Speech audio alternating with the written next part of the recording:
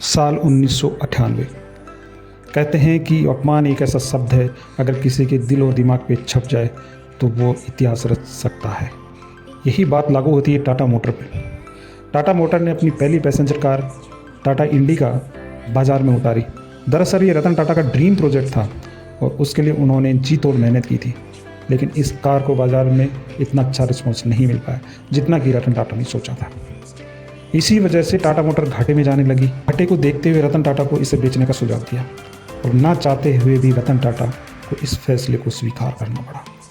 अपनी कंपनी को बेचने के लिए अमेरिका की कंपनी फोर्ड के पास में गए। रतन टाटा और फोर्ड कंपनी के मालिक बिल फोर्ड की बैठक कई घंटों तक चली और इसी दौरान बिल फोर्ड ने रतन टाटा के साथ में जो व्यवहार किया वो उसको अच्छा नहीं कहा। बिल फोर्ड ने कहा कि जिस व्यापार के बारे में आपको जानकारी ना हो उसमें इतना पैसा क्यों लगा दिया। ये कंपनी हम खरीद करके आप पे एहसान कर रहे हैं। और ये जो वर्ड जो था एहसान वाला, ये टाटा के दिल और दिमाग पे छप गया।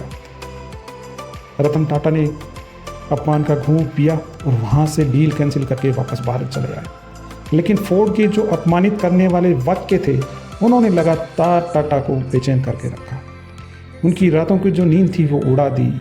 उसके बाद रतन टाटा ने निश्चय कर लिया कि अब वो इस कंपनी को कभी बेचेंगे नहीं और इसको नई ऊंचाइयों पे लेके जाएंगे। इसके लिए उन्होंने एक रिसर्च टीम तैयार करी और बाजार का मन टटोला। और इसके बाद की कहानी है वो सभी को पता है कि भारतीय बाजार के साथ साथ विदेशों में भी टाटा इंडिका की सफलता की नई ऊंचाइयों की कहानी। तो ये वही घटना है जिसके बाद फोर्ड कंपनी का पतन शुरू हो गया। साल 2008 आते आते फोर्ड कंपनी दिवालिया होने के कगार पर पहुंच गई थी।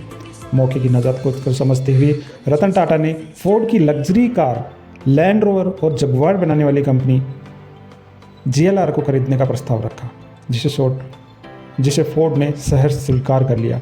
और इसके बाद मीटिंग के लिए फोर्ड के अधिकारी भारत आए और बॉम्बे हाउस में मीटिंग फिक्स हो गई। इसके बाद ये सौदा लगभग 2.3 अरब डॉलर में तय हुआ।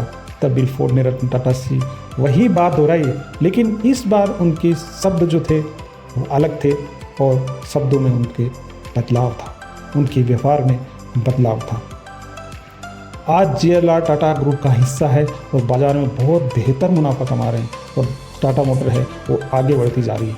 रतन टाटा चाहते तो बिल फोर्ड को उसी मीटिंग में उनकी बातों का जवाब दे सकते थे, लेकिन कहते हैं ना कि महान व्यक्ति अपनी सफलता से जवाब देते हैं, ना कि शब्दों से।